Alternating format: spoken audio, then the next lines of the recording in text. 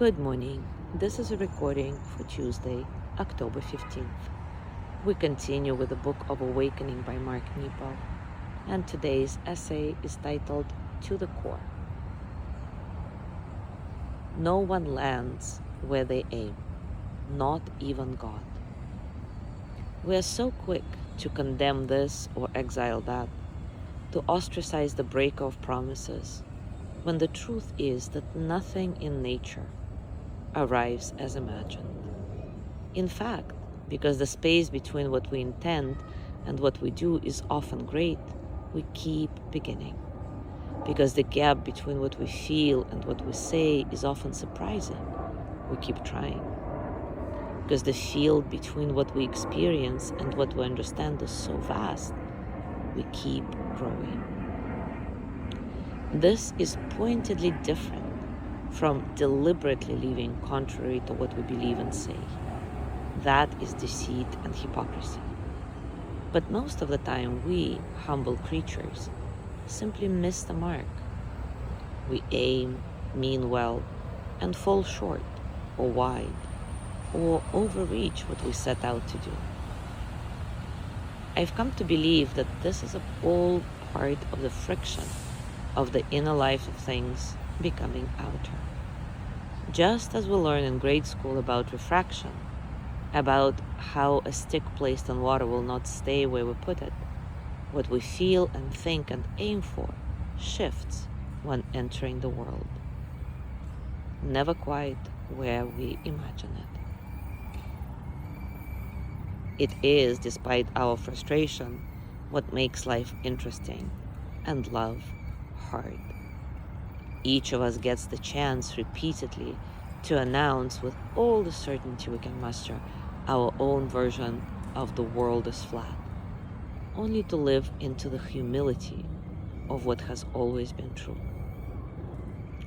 When I think of the beliefs I have declared over my lifetime and how they were broken like trees in a storm, or the vows I swore to, only to deny knowing God like Peter, or the pride with which I would never kneel, only to be brought to my knees by pain. When I accept the fragile way that the human journey unfolds, these become less mistakes and more the way that nature works. We grow into truth, one self at a time, questioning, declaring, aiming, missing, questioning again. As fruits are all encased until ripe, light comes full term in the dark, and truth ripens in the heart. The only way to know the truth is to live through its many casings.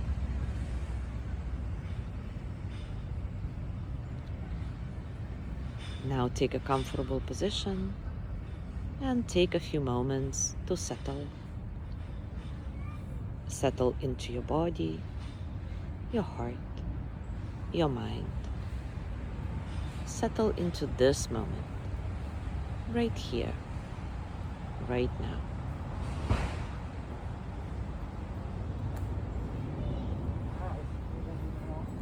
Keeping your breath nice and soft, remind yourself that there is nothing you need to fix about the present moment.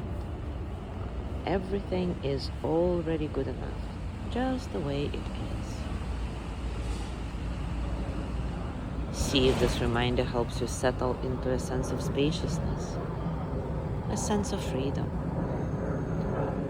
a space in which all the experiences of the present moment, physical sensations, thoughts, emotions, can simply flow through you as energy that they are, without struggle.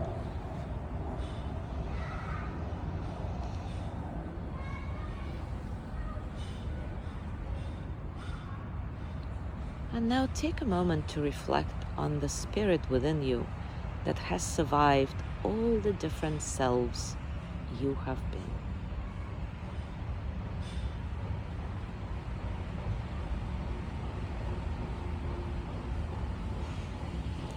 Breathing deeply, focus on just one truth that you swore by in the past that you now know is no longer true? What is it?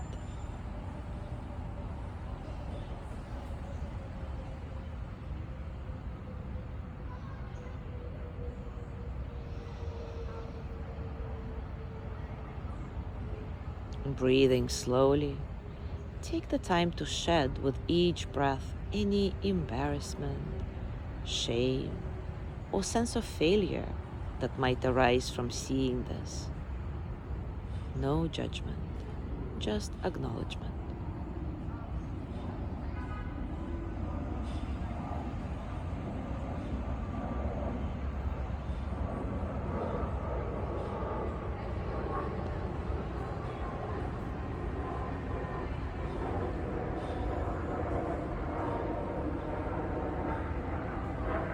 With humility, love the fruit that is you, that has ripened within these different casings.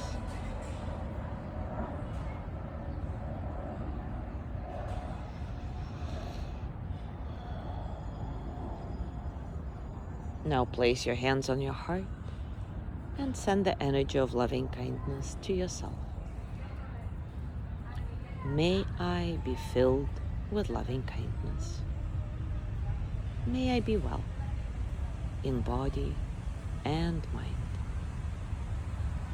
May I feel cared for, protected, at ease. May I touch deep, natural peace. As always, as you let go of your practice, notice what's going on with you, physically, emotionally, mentally. How are you, really?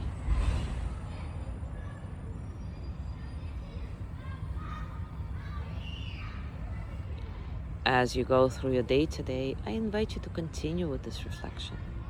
Remember, the only way to know the truth is to live with its many casings, without embarrassment, judgment, just accepting the ways things are, the changes that happen in your heart. As always, enjoy your discoveries. Thank you so much for being here today. Have a beautiful day. Tomorrow is Wednesday with Lordness breathing practice, and I will see you tomorrow.